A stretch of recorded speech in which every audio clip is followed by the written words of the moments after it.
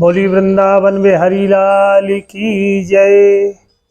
आप सभी का हमारे YouTube चैनल में स्वागत है और आपको इस बार दीपावली पूजन माता महालक्ष्मी का जो दिव्य पूजन हमें कब करना है, यह मन में बड़ा संशय बना हुआ है। कुछ विद्वानों का मत 31 अक्टूबर के दिन का है कि 31 अक्टूबर के दिन गुरुवार के दिन हम बड़े मन भाव से माता महालक्ष्मी का पूजन करें। कुछ का मत 1 नवंबर के दिन उदया तिथि को लेकर उन्होंने भी अपना मत रखा है। तो यह बड़ा संशय है कि हमें कब यह पूजन अर्चन करना चाहिए।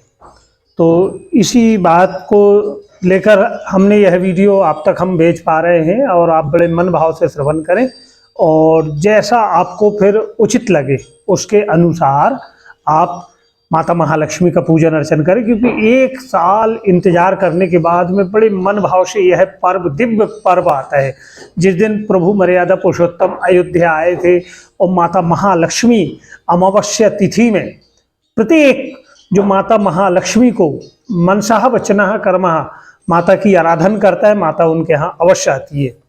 तो सर्वप्रथम हम बात करें भुवन विजय पंचांग, लोक विजय पंचांग और चिंताहनी जंत्री जो अन्य और भी पंचांग है। इसमें जो हमारा कार्तिक मास कृष्ण पक्ष की अमावस्या तिथि 2:54 से आरंभ हो रही है। कब? 31 अक्टूबर को। और यह पंचांग के अनुसार यह जो तिथि है यह 1 नवंबर को 4:46 को समाप्त हो रही है। अब चित्रा नक्षत्र 31 अक्टूबर को, जिस दिन हम माता महालक्ष्मी का पूजन अर्चन करते हैं अमावस्या के दिन।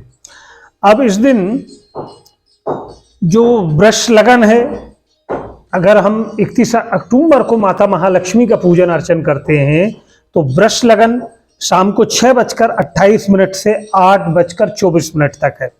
निश्चित काल 11:39 रात्रि में से आरंभ होकर 12:31 तक मध्य रात्रि तक रहेगा।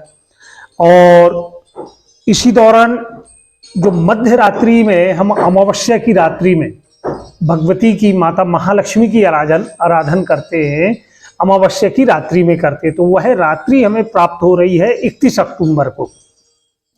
सिंह लगन की बात करें तो 12:56 से 3:10 रात्रि तक हमें सिंह लगन की भी प्राप्ति हो रही है। ये हम बात कर रहे हैं 31 अक्टूबर की।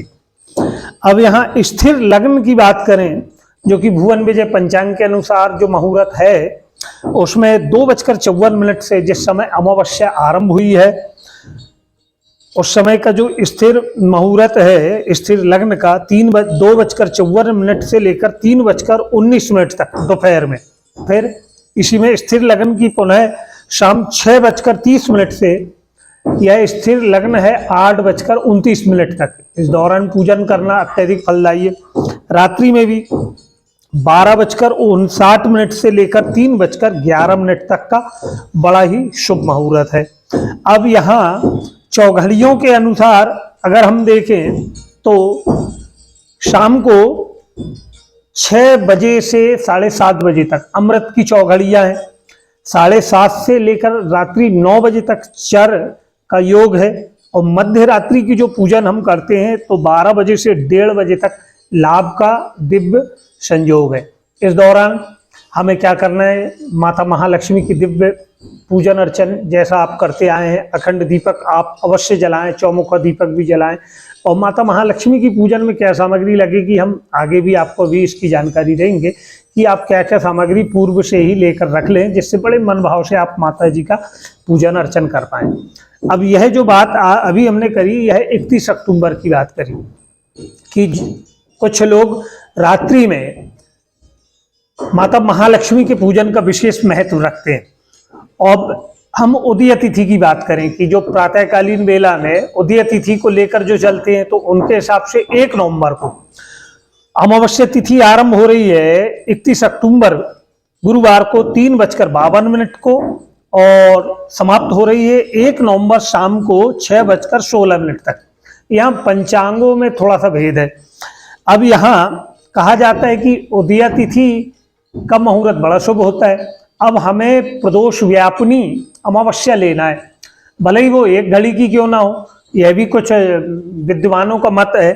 तो इस अनुसार शुक्रवार के दिन 1 नवंबर को अगर हम माता महालक्ष्मी का दिव्य पूजन अर्चन करते हैं उदय तिथि के अनुसार, तो इस दिन का बड़ा शुभ मुहूर्त की विशेषता क्या रहती है कि इस दौरान अगर हम बड़े मन भाव से पूजन करें, शुभता और सकारात्मकता हमारे जीवन में आती है, जिससे हमारे सोचे हुए कार्य, जिस निमित्त हम यह पूजन अर्चन कर रहे हैं, कि हमारे घर में सुख आए, शांति आए, धन्य धान्य की परिपूर्णता हो, हमारे व्यापार कर्म विधिवत चले, तो हमें शुभ मुहूर्त का ही बड़ा विशेष ध्यान रखना चाहिए।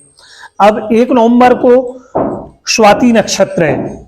स्वाति नक्षत्र में जो पूजन का विशेष मुहूर्त रहेगा, अगर हम प्रातः की बात करें, प्रातः में चर का जो मुहूर्त है तो 6 से 7:30 बजे तक, लाभ 7:30 से 9 बजे तक है।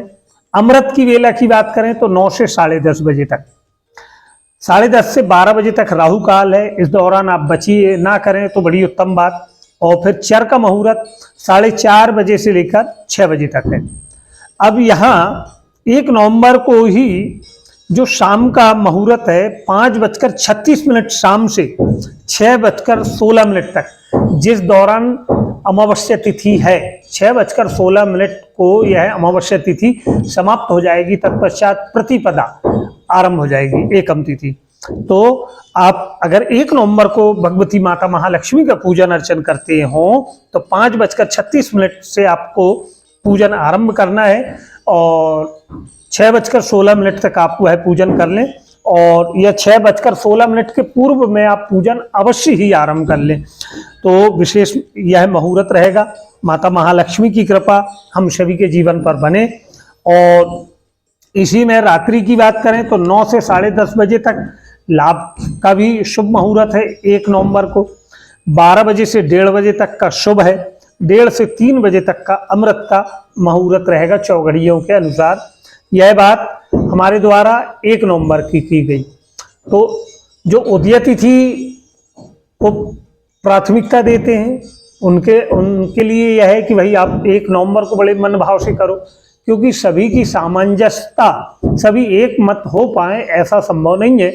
कुछ लोग रात्रिकालीन विशेष महत्व देते हैं कि रात्रि में ही हमें, भाई अमावस्या तिथि है और रात्रि में ही माता महालक्ष्मी का शुभ आगमन होता है, तो उनके निमित्त 31 अक्टूबर को, जैसा कि रात्रि में पूर्ण संपूर्ण रात्रि आपको अमावस्या तिथि मिल रही, तो आप 31 अक्टूबर को पूजन अर्चन करें। अब पूजन के पूर्व हमें क्या ऐसी तैयारी करना है कि हम 31 अक्टूबर को करें या 1 को करें, माता जी की हम पर कृपा बनी रहे। तो सर्वप्रथम गंगा जल हो, गौमूत्र हो या नर्मदा जल हो, जहाँ पूजन करने वाले हैं अपने घर पर हो। अगर आप पुताई करवा पाए हो तो बहुत अच्छी बात, ना करवा पाए हो तो एक तांबे के लोटे में एक आप नींबू डालें, थोड़ा सा कुमकुम हल्दी, थोड़ा गौमूत्र, गंगा जल, नर्मदा जल लेकर पूरे घर में आपको छिड़काव करना है, शुद्धिकरण करना है। पूजन के दिन आम के पत्तों की, अशोक के पत्तों की पंच पल्लव को लेकर आप तोरण बनाएं, बंधन वार लगाएं और बड़े मन भाव से अगर घर के लिए आप माता महालक्ष्मी की, लक्ष्मी जी की मूर्ति लाते हैं तो बैठी हुई लक्ष्मी लेकर आएं, क्योंकि घर पर जो हम लक्ष्मी जी की पूजन करते हैं तो माता बैठी हुई रहना चाहिए। व्यापार कर्म के लिए बताया गया है कि खड़ी लक्ष्मी यानी व्यापार में जो आपके ग्राहक आते हैं वह आपकी दुकान में आए, उन्होंने आपसे व्यापार सामग्री ली, पैसा दिया और चले गए, तो वहाँ के लिए खड़ी लक्ष्मी जी का आता है। कमल के फूल पर बैठी हुई माता महालक्ष्मी का बड़ा विधान आता है। और एक सुंदर सा चौरंग हो या लकड़ी का पटा हो जिस पर आपको माता जी की आपको पूजन जमाना हो, तो साथ में गणेश जी का भी पूजन आपको विशेष रूप से करना है। और सुंदर सा मखमली सा, जितना सुंदर आप आसन बिछा पाएं आपके सामर्थ्य के अनुसार। एक बड़ा दिया भी एक हो कि जो कम से कम 24 घंटे आप उसे अवश्य जलाएं। और चौमुखा दीपक भी आपको एक बनाकर अवश्य रखना है। माता के लिए आपको श्रृंगार की सामग्री अवश्य लाएं। अनार की लकड़ी, एक सूखी हुए अनार की लकड़ी, आप सूखी ना भी हो तो गीली भी चलेगी, उससे लेखनी का कार्य करना है। उसके शुरू के भाग में थोड़ी आप रुई लगा लें, रुई लगाकर कपास लगाकर धागे से वहाँ बांध लें। उसका आपको ब्रश जैसे उपयोग करना है। शुभ लाभ स्वास्तिक श्री गणेश लक्ष्मी प्रसन्न, श्री हरि विष्णु प्रसन्न, जो आप यह लेखन का कार्य करते हैं, इस निमित्त अनार की लकड़ी का बड़ा विशेष महत्व आता है। लाल चंदन, कुमकुम, हल्दी, सिंदूर, गुलाल, गुलाब जल, मिष्ठान और पान, हल्दी, सुपारी गांठ, लौंग, इलायची, पंचमेवा, माता महालक्ष्मी के निमित्त हवन सामग्री भी अगर आप लेकर आना चाहें तो बड़ी उत्तम बात। और गाय का शुद्ध घी, अगर आपको गाय का घी मिल जाए तो जो मध्य रात्रि की पूजन होती है उसमें कमलगट्ट को गाय के घी में डुबोकर आपको एक एक कमलगट्ट अग्नि में अर्पण करना है। माता महालक्ष्मी के नामों को लेकर श्री सूक्त का पाठ करते हुए, माता जी के दिव्य मंत्र को, माता जी के गायत्री मंत्र का मन में पाठ करते हुए या फिर ओम श्रीम नमः बोलते हुए।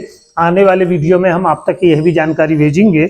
और फूल बेलपत्र हो, दूबा हो और शंख, आपके यहाँ जो शंख हो तो शंख भी आप अवश्य पूजन में रखें, क्योंकि वह भी समुद्र से ही प्राप्त है। इसमें मोती शंख है और दक्षिणावर्ती शंख जो आपके पास हो, बड़ी ऐसे धुलकर और उसका भी शंख का भी बड़े मन भाव से स्नान करा के आपको पूजन में उपयोग करना है। कौड़ी रखना है, गोमती चक्र रखना है, एकाक्षी नारियल रखना है।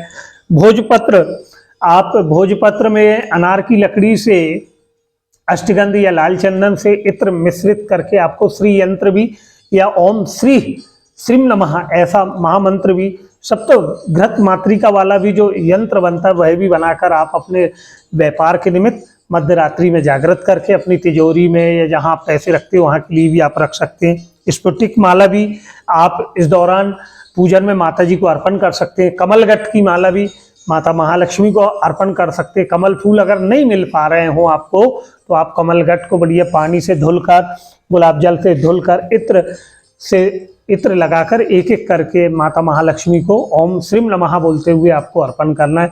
तो यह सभी सामग्री लेकर बड़े मन भाव से आपके द्वारा आप माता महालक्ष्मी का पूजन अर्चन करें। आप उदया तिथि को लेते हैं तो आप 1 नवंबर को माता महालक्ष्मी का बड़े मन भाव से पूजन अर्चन करें। उस दिन शाम को 6:16 तक अमावस्या तिथि है। और अगर रात्रिकालीन वेला की बात कर लें कि रात्रि में आप अमावस्या तिथि का महत्व देते हैं तो आपको 31 अक्टूबर को यह दिव्य पूजन अर्चन करना है। बोलिए माता महालक्ष्मी मैया की जय, वृंदावन बिहारी लाल की जय।